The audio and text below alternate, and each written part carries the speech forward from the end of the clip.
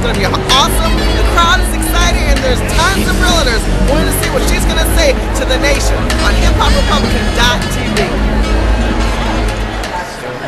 Well, I'd like to thank you very much for the opportunity to be here. To Charles McMillan, your current president, I had a chance just in the green room to listen to his words of wisdom. You've clearly had great leadership.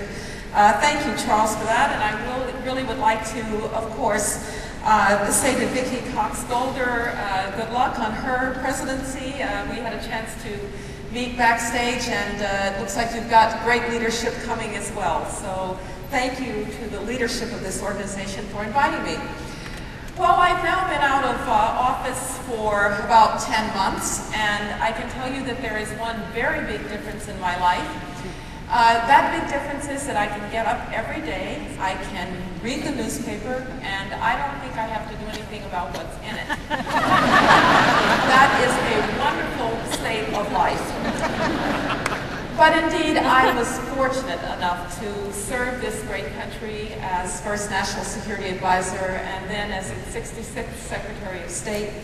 There is no greater honor than to serve this country that I love so much.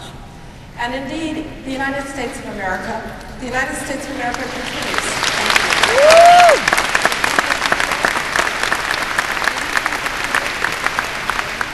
The United States of America continues to go through challenging times. I don't have to tell you that. You are from an industry that has been through some of the most challenging times in its history.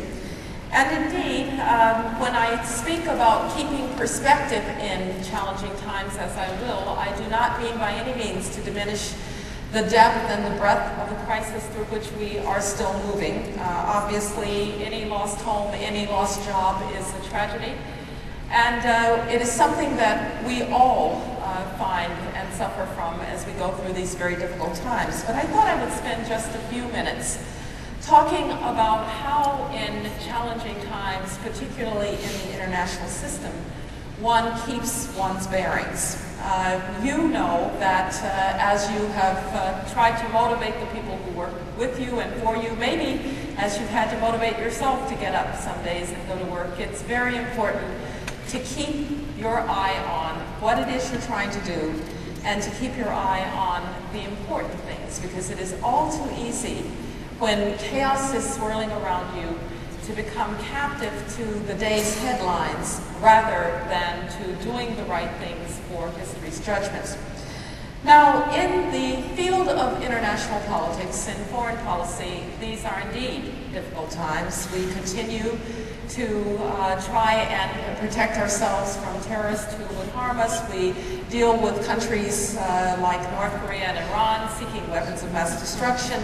Obviously, we face a global financial crisis. But how, in all of that, do we stay focused on the important things? Well, let me just suggest to you that there are a few that if we remain focused on them, I'm quite sure that the United States of America will come out of this crisis quite all right.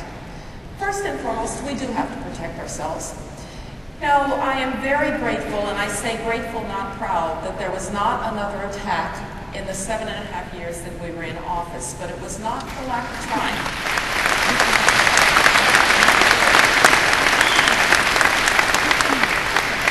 Every day there were terrorists plotting and planning, and they continue to plot and plan to try to hurt us again. And you know, they only have to be right once, and we have to be right 100% of the time, and that's really not a fair fight. The only reason that we can sleep at night is because we have men and women who volunteer to defend us on the front lines of freedom, and we all have that.